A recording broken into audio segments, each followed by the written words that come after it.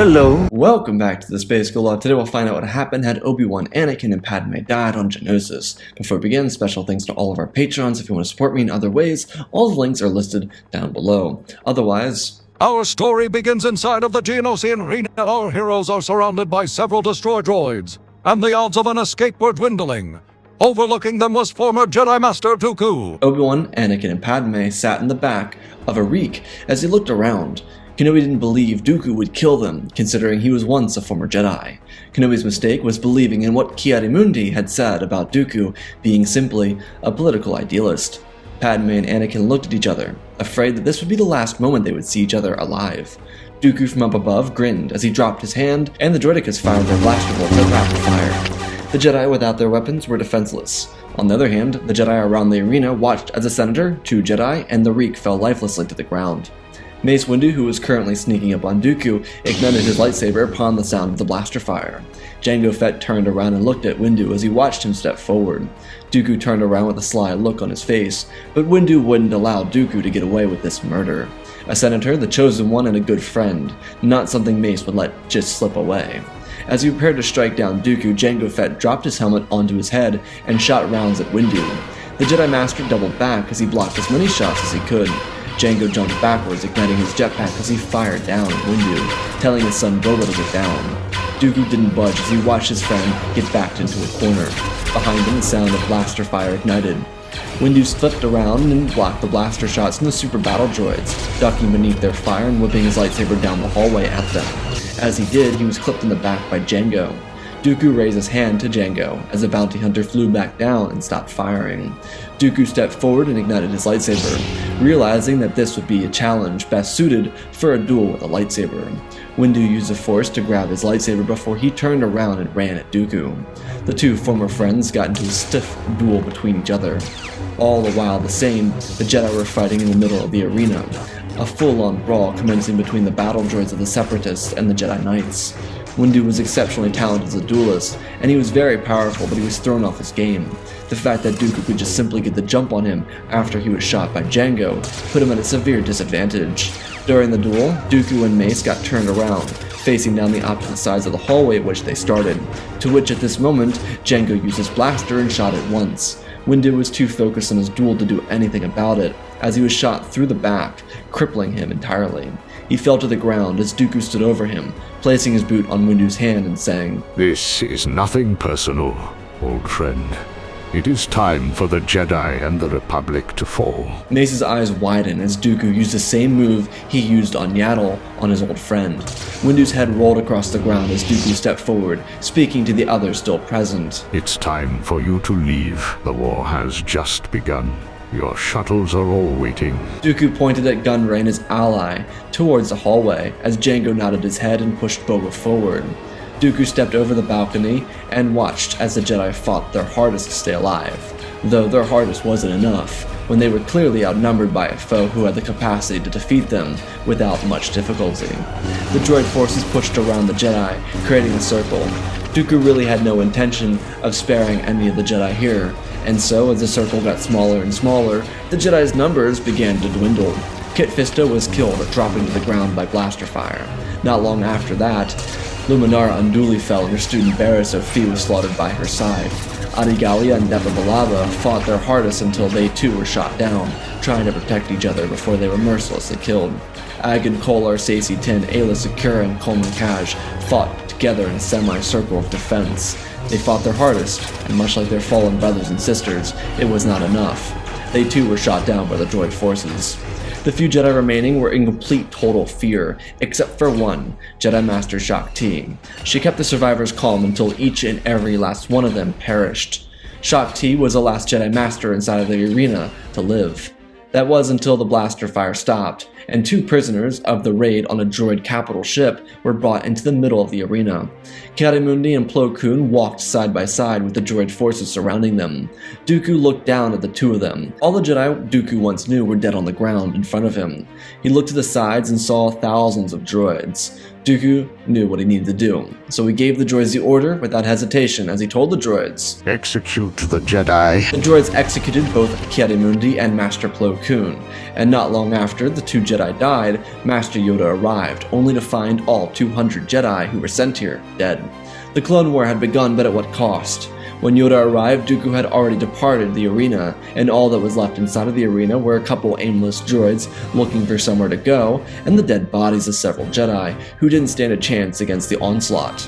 While Yoda was being taken to the forward command post, Dooku was departing Geonosis, with a plan in mind of how he would address his master regarding the death of Skywalker. Surely Sidious wouldn't be happy about the death of Skywalker, but he would be happy about the death of the most powerful Jedi in the Order. Dooku entered his solar sailor and departed for Coruscant.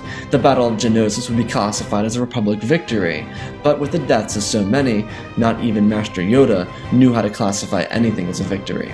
The dark shadow of war had crept over the galaxy, and the Clone War had begun. Yoda would have to rebuild his entire Jedi Council, while at the same time commence the beginning of the Clone War. On the other hand, Dooku would arrive at his master's lair on the far side of Coruscant. When he arrived, he greeted his master rather excitedly, though he could feel that Sidious wasn't too thrilled about anything. Master, the Jedi have been defeated on Geonosis. While the battle was a loss, most of the Jedi Council is dead. There is no victory to speak of, you fool. The Chosen One was slain. He was caught in the crossfire, Master. If he wasn't strong enough, then he too would have failed you. You believe I am foolish enough to believe you? What do you mean, Master? You wanted Skywalker to die so you could fill his role. You made the choice to have him executed. Now you will suffer for your lack of loyalty. Sidious would electrocute Dooku for several minutes, then continuing on and off, making Dooku suffer for forcing him to change his plans. While Sidious was smart enough to have backup plans in the circumstance that Skywalker accidentally died, he was pissed because it was his student betraying his trust.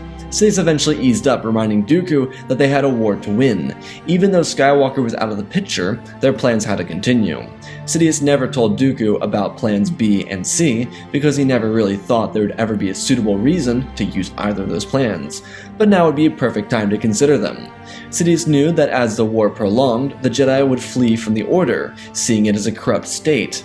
Those with any sense of vision would flee to the dark side of the Force and become a part of the Sith. That was half of Plan B, but half of Plans A, B, and C were exactly the same. Sidious was going to have a prolonged war for however number of years he wanted. B and C differed at how long. In Plan C, he would forcefully turn the Senate around on itself and then force them to vote him into absolute power, which he would do in the quick, short-term 1.5-year war. On the other hand was Plan B. The war would be more drawn out, attempts at peace, abandoning the rule of two to create a legion of Sith, only to turn the galaxy against the Jedi and force them out of control and execute them. The truth is, Sidious was leaning towards this more drawn-out war. He believed it would be the perfect sentiment to draw the Senate into full support of him. It would be perfect because in case Dooku decided to mess with his plans, it meant the Separatists wouldn't have the same amount of troops that they would have otherwise. In other words, if a war continued on for 4 to 6 years, the Separatists would be backed into a corner, their production count would disappear, and they would no longer have the ability to support a long war effort. While at the same time, Palpatine would be able to bolster growth for an Imperial military, get rid of the clones because by that point the oldest clones would be reaching their mid-30s, making them almost useless as soldiers. It would also allow Palpatine to begin production on the clone trooper program that he would essentially take full control over everything, in other words taking it to Mount Tantus for some of his own projects. The larger projects that he wanted would have time to be worked on, and overall, the tale of his rise to power would become a Sith legend. Also for Sidious, he was very interested in the possibility of turning the Jedi Order against itself, bringing more Jedi over to the way of the Sith. He would need them until he could cherry-pick the ones that he needed to find the student he wanted from them. Dooku wasn't the long-term goal, and none of the younger Jedi would fit that role as far as he knew, and so with his choice made, the Clone War would begin for an elongated period of time. The first year of the war would be insufferable for the Republic. Without the Jedi having anything together, they would be insufficient as leaders, and so Palpatine would have the public support to lower their ranking in the Republic military, making clone commanders into clone generals and the Jedi into commanders. Some of the Jedi would have the ability to command over troops, but it was rather rare. As soon as this change was made, the Republic miraculously started to win battles. Palpatine would play this game with the public eye, continuing to perpetuate the fact that the Jedi were useless to their cause, while at the same time he became the sole power in the Senate, pushing Jar Jar Binks to become the senator for Naboo, which he would earn with an overwhelming amount of popularity for having served his people during the Naboo crisis. Plus, Jar Jar was in charge of the Senate when Padme was away for her untimely death. Palpatine used Jar Jar so effortlessly, it was actually remarkable. The leverage of turning Naboo into Palpatine's ally had a huge shock across the Senate. Naboo had such a prominent voice as the opposing side of Palpatine, especially with someone as strong-willed as Padmé Amidala. She could rally people to her side and to her cause from both sides of the aisle. Though without her, Jar Jar, under the manipulation of Palpatine and Mas Amedda, would bend to their will and their policies, which would of course favor the Sith. Dooku, after taking his beating from Sidious, would remember his place, though ironically would buy him more years than it would have otherwise, because Dooku's place in Palpatine's plans was extremely crucial to making everything work. That was the genius of him killing Skywalker, because Sidious no longer had a powerful student to rely on keeping for the future. And truthfully, it would be very difficult for Sidious to find a student as powerful as Dooku in the entire galaxy. Sidious was also beginning plans on Wayland to construct a secret facility. As the war cascaded an evil shadow across the galaxy, planets began to suffer. This was under the rule of the Separatists, as the Republic marched its way across the galaxy to aid. This would be perpetuated by Sidious and his plans when he had Duchess Satine Mandalore assassinated. She led the Neutral Systems Coalition, which housed over 1,000 star systems. All these star systems were loyal to peace and justice. Now with Satine gone and the evil Death Watch taking over Mandalore, Dooku would turn on Pre Vizsla, having General Grievous and the droid forces march onto Mandalore, destroy her cities and her people. The death of Satine would see the fall of a once proud society, because as strong as the Mandalorian warriors were, they were no match for millions of battle droids. Their graves began to pile up, and when all hope seemed lost, after Pre Vizsla was slaughtered by General Grievous and the true Mandalorian and Death Watch were dismantled, the Republic would go in and take down the droid forces. Palpatine, in doing this, would force the Neutral Systems Coalition to rally around him, because with Mandalore now a part of the Republic, they were all forced to join the cause of the Republic. They had no say on what they wanted or wanted not to do. It was just simply the case now. The Republic swiftly took control of the Neutral Systems Coalition, and with the fall of Satine, came down with the way of the Mandalore. Irony, in Palpatine's own words. Regardless of the fall of the Neutral Systems Coalition, the Clone Wars was pushing into its third year. People were sick of the war. Politicians could no longer handle the war because they were being scrutinized by their constituents for doing nothing. Though the truth is, the politicians were making bank off the war, even the ones who opposed it. The people of the galaxy were so over the war until a failed priest treaty brought down the destruction of the Coruscant electrical grid. Dooku and Grievous did a great job of maintaining the war, though Grievous thought he was fighting the war for himself and the Separatists. Dooku was, this time, obeying his master's plan. It continued to get worse for the Jedi though. Grievous was a maniac and he showed no mercy to whomever he came across in combat. He massacred everyone, and anyone because he simply could. He had no issue with it and he relished in it, especially when it came to fighting and killing Jedi. And because the Jedi no longer had incredibly powerful warriors to fight beings like Dooku, Asajj Ventress, or General Grievous, the Jedi who ended up facing them ended up dying. During the third year of the war, Sidious would test Dooku's loyalty by having him kill Asajj Ventress, which he would obey, but it would cause a long drawn-out sequence of events bringing Darth Maul and Savage Opress to the forefront of the war. Though with their return, Palpatine would see value in them. Because Palpatine was no longer planning to obey the rule of two, Maul and Savage would be perfect of a duo of students for him to work with. But if they got testy, then Sidious would have a perfect fix. They would have to kill one another, because they certainly couldn't stand up to him. Sidious's master manipulation was coming to fruition, and he was relishing in his plan and how well it was going. As the war entered its fourth year, everything, by plan, hit a standstill. Palpatine's plan here was to turn the galaxy against the Jedi. During this standstill, he would dispatch 3 Jedi to the front lines to have a peaceful discussion with the Separatists. When they were there, Palpatine would spur a fight and force the Jedi to break their code and fight the enemy, and cause the war to escalate. The best part is Palpatine would get Yoda to go to the front lines with a prominent Jedi Knight and another Jedi Master that was also on the High Council. It would be Master Yoda, Master Obi-Wan Kenobi, and Jedi Knight Ahsoka Tano. She was a favorite of Master Yoda's because of her persistence and her ability to succeed. She was a terrific Jedi, at which point she was joining the 2 Masters. Yoda believed in her longevity within the ranks of the Jedi Order. Escorting them were a number of clone troopers, and concealed in their armor was the man who brought the clones to life. Jango Fett was hired by Dooku to act on this mission and assist the Separatists in prolonging the war. By his side was a hired bounty hunter by the name of Cad Bane, who was also wearing clone trooper armor. The 2 bounty hunters waited until talks began. Dooku, General Grievous, Maul, and Savage sat at one side of the table. Behind them were a dozen commando droids and a dozen Magna Guards. On the other side of the table was Captain Rex along with ARC Trooper Jesse, both of which served with Commander Tano. With them were an assortment of men from the Coruscant Guard. Everything was going fine until Maul stood up and accused the Jedi of trying to cheat the Separatists out of this peace treaty. While Maul wasn't a fan of serving Sidious, he saw it as a plan for the moment.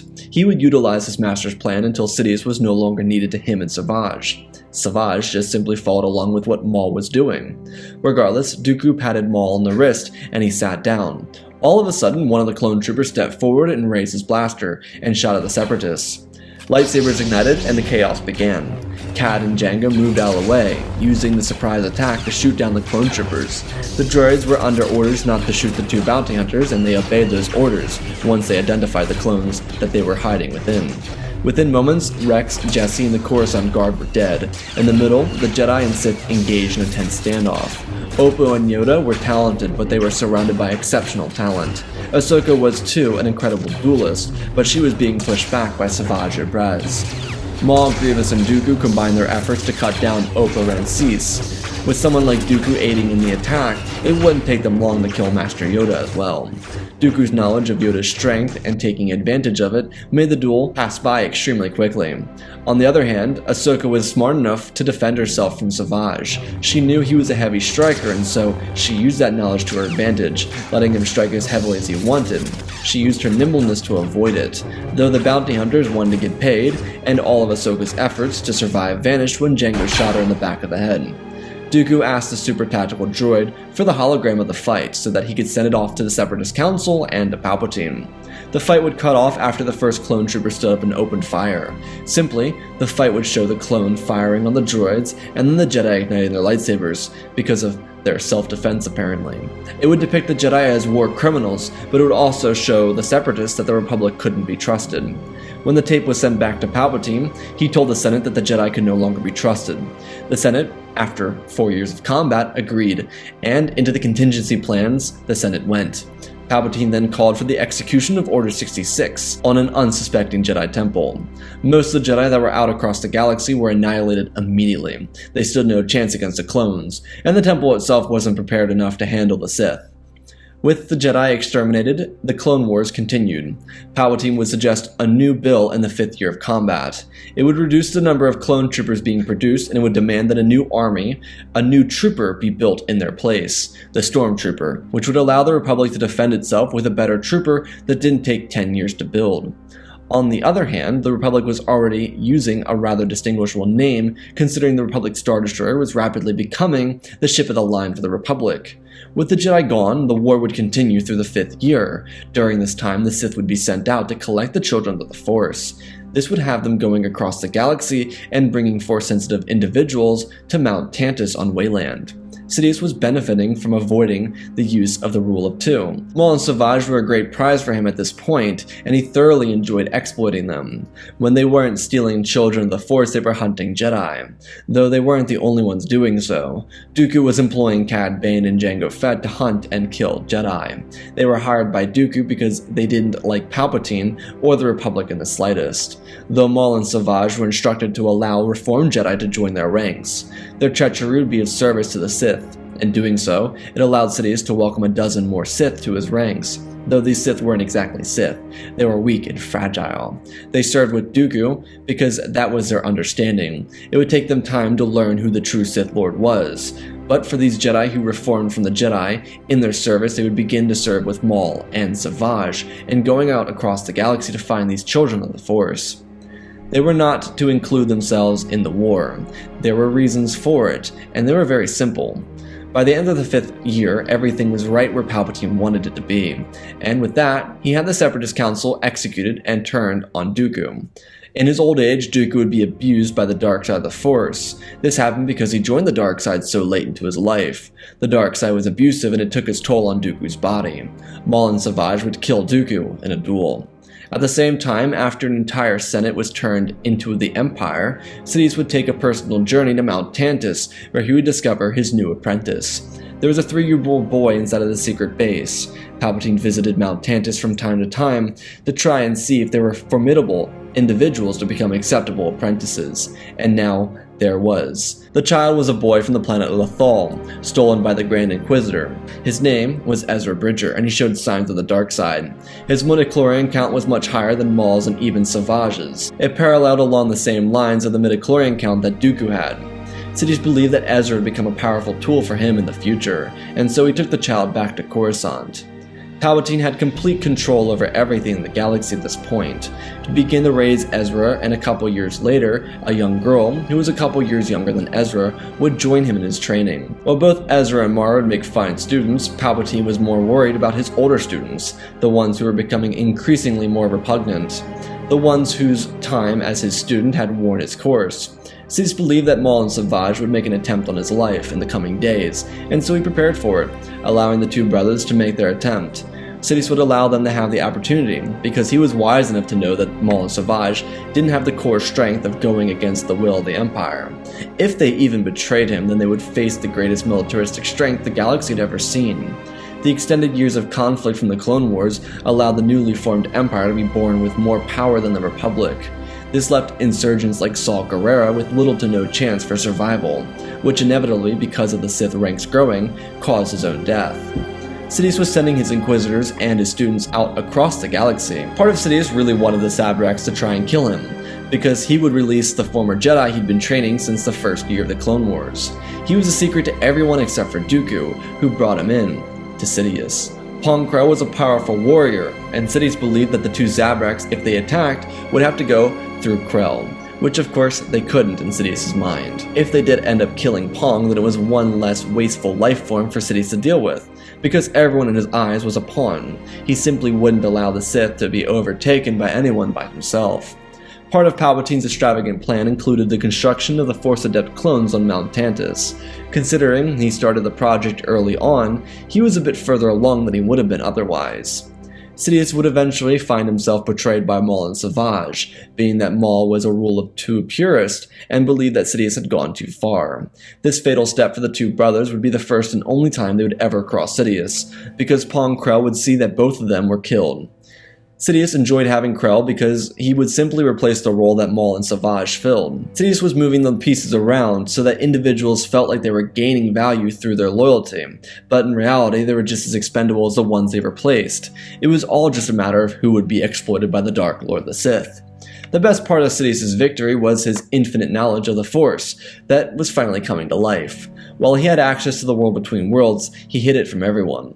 It was his secret, and it was his way to alter the past. But he was victorious. He had no reason to want to alter the past. Everything he wanted, he had. Sidious would use essence transfer on his students to continuously perpetuate his line of evil terror, restarting anew every time he got to the breaking point of his current body. Without Skywalker or his heirs, there would be nothing to stop the rule of the Dark Lord of the Sith. And that, ladies and gentlemen, is our story. Again, special thanks to Benjamin Wells, Jonathan Pimp Daddy Bane, Darth Cheesy, Apollo, Mad Many Studios, Anakin 003, Lemon Knight, Flynn Van Cease, Lord Deadwing for supporting the channel. Hit 2,000 likes in this video if you want to see what comes next. I don't know what it is, but it is. I have just released the poster for this new series that's coming out. The new miniseries starts next Saturday. Get ready. I'm so excited to bring the series to you guys. You guys are going to absolutely love it.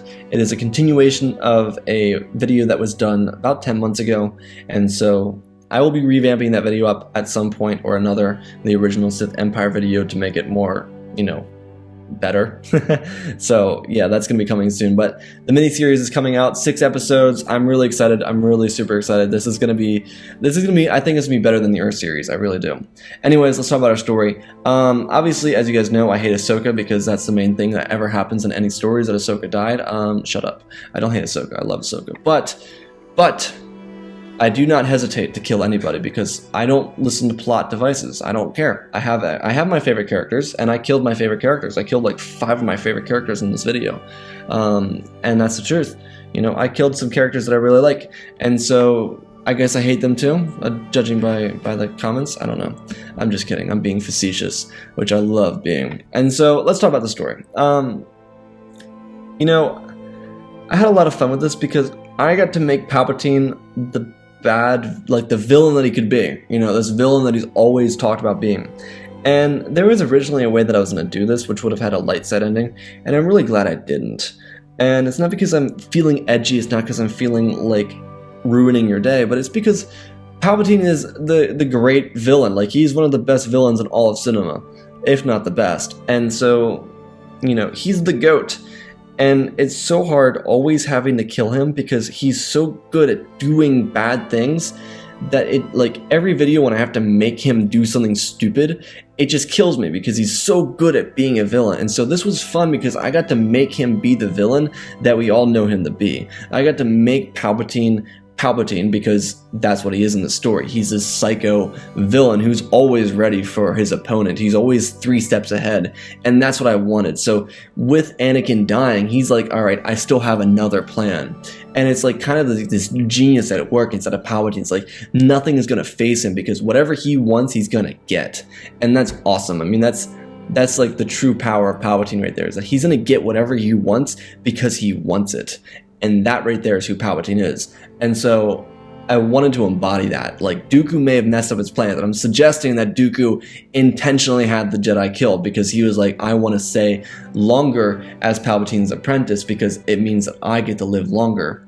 And so, you know, suggesting that that happens, it kind of allows Sidious to be like, well, you want that to happen? Your life is going to be more painful otherwise. And so it's like, he's not fazed by anything. He's not fazed by Dooku messing with his plans. He's not fazed by anything going wrong or awry. He just finds a way to do that. You see that in the Bad Batch. You see that in the Clone Wars. You see that in Star Wars Rebels. I mean, you see that throughout all of Star Wars, that no matter what happens, Palpatine always finds a way. And yes, even in canon, even in Legends, he always finds a way. He literally comes back from the dead in both Legends and canon. And so the irony of it is that Palpatine is always ready for whatever comes his way. And so that was kind of fun here. And so that's what I had fun with doing. And so, you know, he gets to use a Force Essence or Force Transfer, or Essence Transfer on like Ezra and Mara Jade if he wants. And he just gets to live forever. And so you get your bad guy ending, you get your edgy ending. And so this was fun. I enjoyed this. I got to do like the more magic stuff that I didn't cover in the last video, which I know, like, I took a hyper realistic approach to. You know,